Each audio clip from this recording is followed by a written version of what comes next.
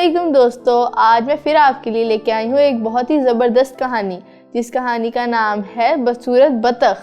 چلے کہانی شروع کرتے ہیں۔ کسی شہر کے قریب ایک قلعہ واقع تھا۔ اس قلعے کے چاروں طرف خندق کھودی گئی تھی اور خندق کے ساتھ ساتھ اونچی خاردار جھاڑیاں اگی ہوئی تھی۔ گرمیوں کے دن تھے، شام کے وقت ٹھنڈی ہوا چل رہی تھی۔ کافی دنوں سے جھاڑیوں کے قریب ایک بطخ انڈوں پر بیٹھی بچے نکلنے کا انتظار کر رہی تھی۔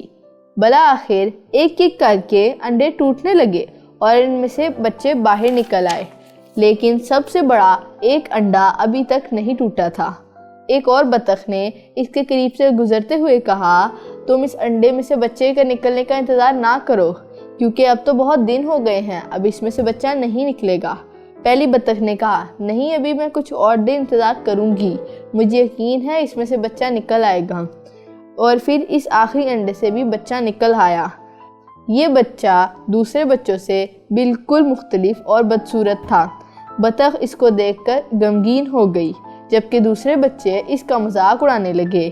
دوسرے دن بطخ نے اپنے بچوں کو کہا، اس خندق میں پانی بھرا ہوا ہے، آج ہم اس پانی میں تیرتے ہوئے خندق کے دوسری طرف جائیں گے۔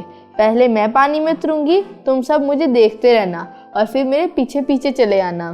یہ کہہ کر بطخ پانی میں اتر گئی اور کچھ دیر بعد بچے بھی پانی میں تیرتے ہوئے اس کے پیچھے آنے لگے۔ خندق کے دوسری طرف پہنچ کر بچے اپنے بدصورت بھائی کا مذاق اڑانے لگے، تو بطخ نے کہا، خبردار، کوئی اس کو کچھ نہ کہے، یہ تم سب سے اچھا تیرنا جانتا ہے، اور ہاں، سب ادھر ایک ساتھ کھیلو، ایسا نہ ہو کہ تم میں سے کسی کو بلی کھا جائے۔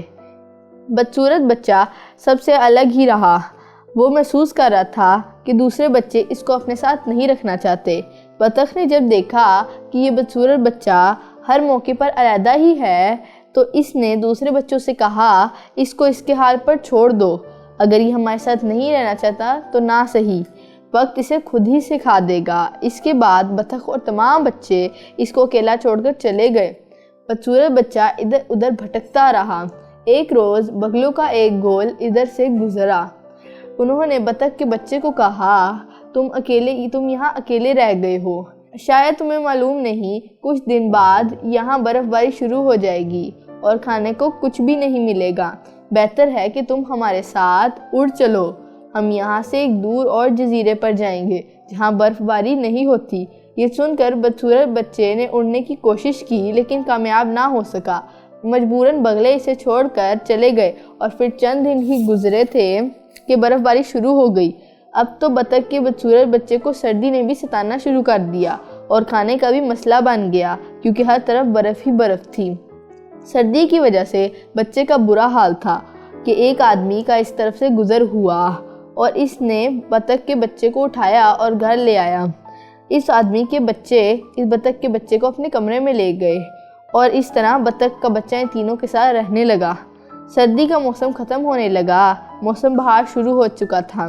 ایک روز کھیلتے کھیلتے بطخ کے بچے نے اپنے پر کھولے تو اسے محسوس ہوا کہ وہ اڑ سکتا ہے، اور پھر تھوڑی سی کوشش کے بعد وہ واقعی اڑنے لگا۔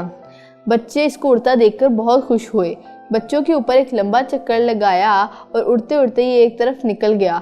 کچھ دور ایک گہری جھیل کی سطح پر 3 سفید خوبصورت بطخیں تیر رہی تھی۔ بدصورت بچہ ان کو دیکھ کر بہت اداس ہو گیا۔